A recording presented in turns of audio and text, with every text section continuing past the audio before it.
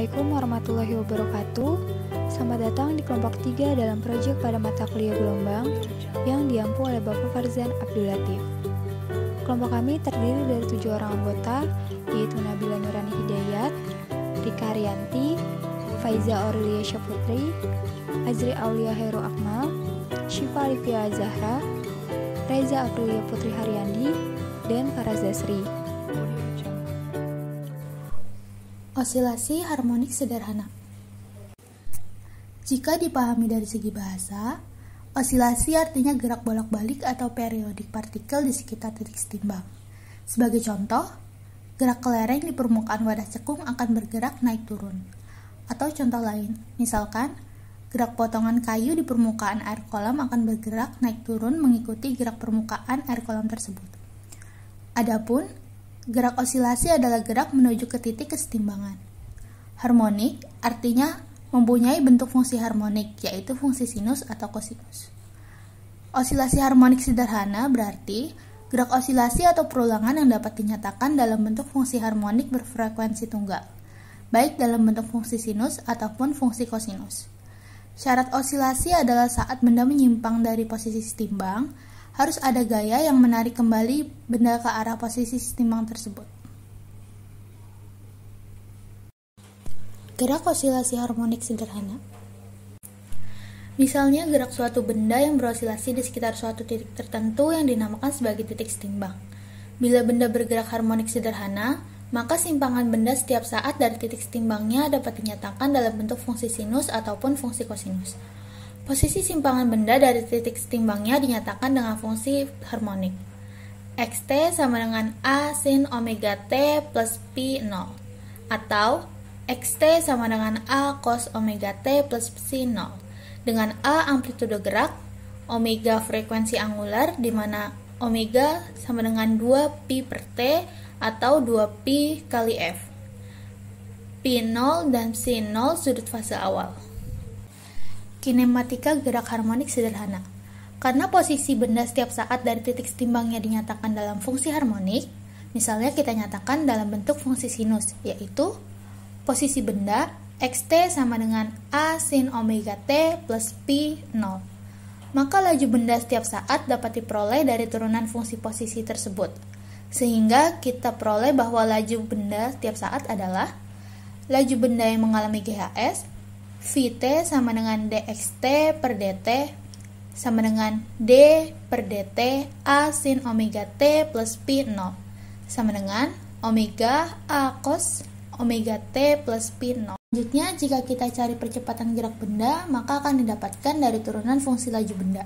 Sehingga kita peroleh percepatan benda setiap saat adalah percepatan benda yang mengalami GHS At sama dengan dvt per dt sama dengan d per dt omega A cos omega T plus Pi 0 sama dengan min omega kuadrat A sin omega T plus Pi 0 sama dengan min omega kuadrat xt.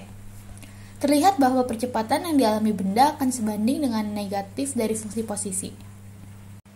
Dengan mengingat konsep dinamika terutama tentang hukum Newton, kita tahu bahwa percepatan yang dialami oleh suatu benda sebanding dengan gaya total yang bekerja pada benda. Hal ini juga berarti bahwa benda yang bergerak harmonik sederhana mengalami gaya yang sebanding dengan negatif posisi. Dinamika gerak harmonik sederhana. Bila kita tinjau dari aspek dinamika benda, maka benda yang bergerak harmonik sederhana akan mengalami gaya yang sebanding dengan negatif posisi simpangannya terhadap titik setimbang. Atau dapat dipahami pula bahwa benda yang mengalami gaya yang sebanding dengan negatif posisi simpangannya dari suatu titik setimbang akan mengalami gerak osilasi harmonik sederhana. Hal ini dapat kita tuliskan bahwa jika F sebanding dengan minus X, F sama dengan minus K dikali X.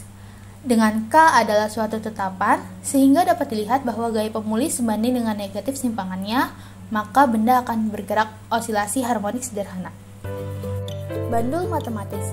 Salah satu contoh dari gerak osilasi adalah gerak bandul matematis sederhana. Bandul tersebut terdiri dari seutas tali yang dianggap tidak memiliki massa dan sebuah beban yang diikat di ujung bawah tali. Bandul sederhana dapat dikatakan bergerak harmonis jika simpangan bandul kurang dari 10 derajat. Jika lebih dari itu, maka bandul tidak dapat disebut bergerak secara harmonis. Hal ini terjadi karena sudut simpangan yang besar akan menyebabkan simpangan tidak konstan atau teredam. Berikut merupakan percobaan bandul matematis sederhana. Bandul merupakan salah satu gerak osilasi karena bandul dapat melakukan gerak bolak-balik yang melewati titik setimbangnya. Gerak osilasi pada bandul terjadi karena adanya gaya pemulih yang dilakukan oleh bandul, yang cenderung mempertahankan posisi awalnya untuk berada di titik setimbang. Dan lama-kelamaan, bandul tersebut akan berhenti karena gesekan udara dan pengaruh gravitasi. Satu getaran penuh bandul adalah saat bandul bergerak dari suatu posisi melewati titik setimbang dan kembali ke posisinya semula. Titik setimbang pada bandul adalah titik B. Pada saat bandul disimbangkan sebesar θ, gaya pemulih muncul pada bandul. Persamaan gaya pemulih pada bandul sederhana adalah F sama dengan min M dikali G dikali sin θ. Untuk simpangan yang kecil, maka kita dapat mengambil pendekatan sin θ sama dengan θ, di mana sudut θ harus dinyatakan dalam satuan radian. Oleh karena itu, persamaannya dapat ditulis sebagai F sama dengan min M dikali G dikali X per L.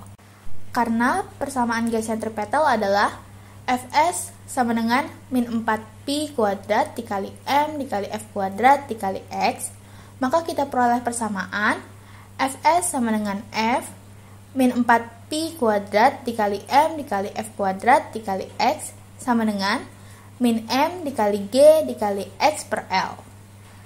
Min 4pi kuadrat dikali F kuadrat sama dengan G per L. Jadi, F sama dengan 1/2pi akar G per L atau T sama dengan 2pi akar L per G, di mana F adalah frekuensi dengan satuan Hertz, T adalah waktu dalam satu getaran dengan satuan sekon, L adalah panjang tali bandul dengan satuan meter, dan G adalah percepatan gravitasi dengan satuan meter per sekon kuadrat. Selanjutnya, untuk non-osilasi seperti yang ada pada layar, kami mengambil contoh berupa bola bekel yang sedang memantul. Bola bekel merupakan salah satu bola yang termasuk dalam jenis superball. Superball adalah jenis bola dengan elastisitas nyaris sempurna. Artinya, jika bola itu jatuh dari ketinggian 1 meter, maka ia akan memantul setinggi 1 meter juga. Seperti pada gambar di layar, dapat diilustrasikan apabila kita memiliki dua jenis bola, yaitu satu buah bola biasa seperti bola tenis dan satu buah superball. Di samping itu, kita memiliki satu buah meja. Kemudian, kita melempar dua bola yang kita miliki ke kolom meja secara bergantian. Jika kedua bola tersebut dapat menyentuh sisi bawah meja, maka kita dapat menemukan fenomena yang unik, di mana untuk bola biasa setelah dilempar, bola ini akan memantul ke lantai, berlanjut ke bawah meja, lalu ke lantai di arah yang semakin menjauh dari badan kita. Dengan kata lain, bola ini tidak akan kembali ke arah pelempar. Sementara itu, jika bola superball dilempar dengan cara yang sama, superball dapat kembali ke arah pelemparnya. Hal ini terjadi apabila superball menumbuk suatu bidang dengan kecepatan tertentu untuk gerak translasi, sudut tertentu, dan kecepatan putaran tertentu berupa omega z untuk gerak rotasi. Sesuai gambar yang tertera pada layar, pertama yang kita perhatikan ialah momentum bola pada arah tegak lurus bidang. Ketika memantul, akan dikembalikan sempurna seperti sedia kala. Pada saat kontak, bidang datar akan menggesek bola dengan gaya gesek F sehingga kecepatan rotasi bola berubah. Oleh karena energi akan tetap apabila bola elastis sempurna. Perubahan kecepatan rotasi bola dalam hal ini akan diimbangi dengan perubahan kecepatan translasi bola.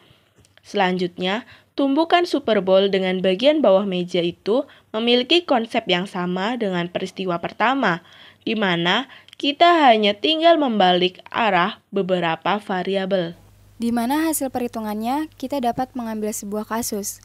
Adapun contoh kasus sederhana superball yang mula-mula tanpa berotasi saat dilemparkan dan hasilnya seperti berikut.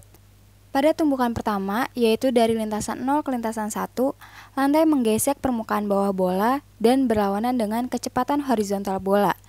Akibatnya, bola mengalami putaran ke depan dan kecepatan rotasinya bertambah yang ditentukan oleh kecepatan translasi mula-mula pada arah horizontal X dan jari-jari bola R. Jika kecepatan rotasi bola bertambah, kecepatan translasinya akan berkurang sehingga prinsip konservasi energi terpenuhi. Kemudian, pada tumbukan yang kedua, yaitu dari lintasan 2 ke lintasan 3, bola mendatangi lantai dengan kecepatan translasi pada arah horizontal menuju ke pelempar dan berlawanan dengan jarum jam. Gesekan di sini tidak banyak berpengaruh terhadap putaran. Besar kecepatan translasinya pun tidak banyak berubah. Dalam hal ini, superball dapat meluncur mulus kembali ke pelempar. Berikut merupakan video percobaan pantulan bola bekel yang bergerak secara periodik. Adapun syarat suatu gerak dikatakan sebagai getaran harmonik antara lain gerakannya periodik atau bolak-balik, gerakannya selalu melewati posisi kesetimbangan, percepatan atau gaya yang bekerja pada benda sebanding dengan posisi atau simpangan benda, arah percepatan atau gaya yang bekerja pada benda selalu mengarah ke posisi kesetimbangan. Dan yang terakhir, semua nilai gesekan diabaikan atau nilai gesekannya hampir mendekati 0. Jika dilihat dari syarat tersebut, dapat disimpulkan bahwa bola bekel dikatakan bukan getaran harmonik atau tidak mengalami osilasi. Salah satunya yaitu karena tidak memiliki posisi kesetimbangan. Karena bola bekel yang dilempar atau dipantulkan akan mengalami tumbukan lenting sebagian. Hal itu karena pada tumbukan ini, sebagian energi kinetik diubah menjadi bentuk energi lain. Sehingga energi kinetik setelah tumbukan akan lebih kecil daripada sebelum tumbukan. Baik, mungkin cukup sekian pemaparan proyek dari kelompok 3. Mohon maaf apabila kami masih banyak kesalahan dan kekurangan dalam penyampaian materi. Terima kasih atas atensinya. Wassalamualaikum warahmatullahi wabarakatuh.